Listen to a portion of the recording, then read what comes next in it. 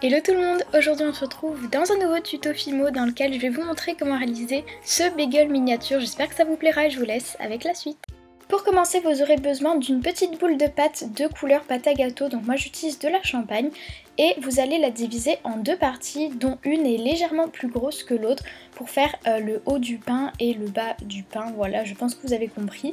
Et on va commencer avec la boule un peu plus grosse, donc vous allez tout d'abord former un dôme avec, puis avec une aiguille vous allez transpercer le milieu pour faire un début de trou en fait au milieu, et ensuite on va grossir avec un dotting tool de plus en plus gros pour pouvoir former voilà le creux qu'il y a au milieu du bagel, et c'est en fait comme un donut, hein. Si vous avez déjà fait des donuts c'est exactement le même principe, et on va faire la même chose pour le pain du bas. Et cette fois, vu qu'il y a un petit peu moins de pâte, vous n'avez pas besoin de faire un dôme mais juste un simple morceau de pâte aplati, hein, tout simplement.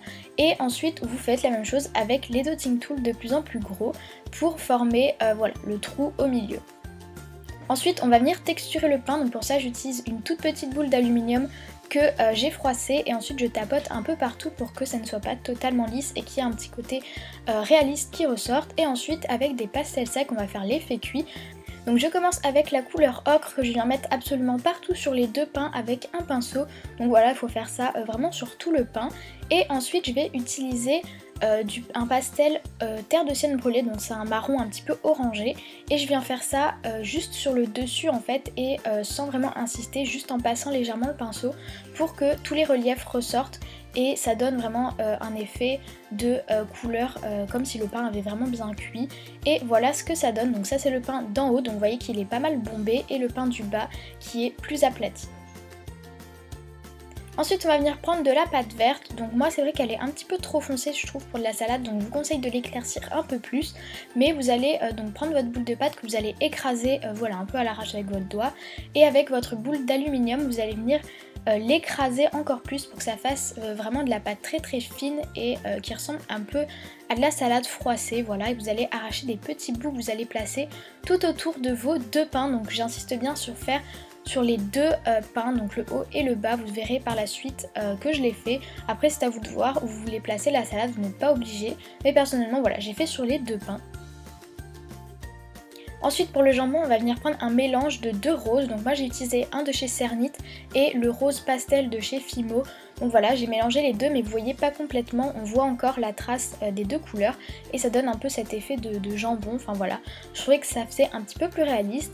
Après vous venez le couper en forme de carré et vous allez le placer sur votre morceau de pain en fait avec la salade. Donc vous faites sur celui qui est plus plat, donc le pain d'en bas. Et ensuite on va venir faire la sauce, donc vous n'êtes pas obligé de faire comme moi pour la sauce. J'ai décidé de prendre de la Fimo blanche et de la Fimo liquide pour faire un coulis. Et ensuite j'ai voulu rajouter des herbes de Provence, donc oui c'est des vraies, celles que vous mangez dans vos plats. Donc si vous n'en avez pas, vous n'êtes pas obligé de faire cette étape. Et j'en ai saupoudré un petit peu dans mon coulis et ça donne un peu voilà un effet de sauce aux herbes ou je sais pas trop quoi. Et je trouvais ça plutôt chouette. Et ensuite j'en ai placé partout sur mon jambon pour en fait faire la sauce, et en même temps ça permet de solidifier les tomates qu'on va mettre après, enfin de solidifier, de vraiment voilà que tout soit bien soudé, ça permet de souder bien tous les éléments, les pains entre eux etc.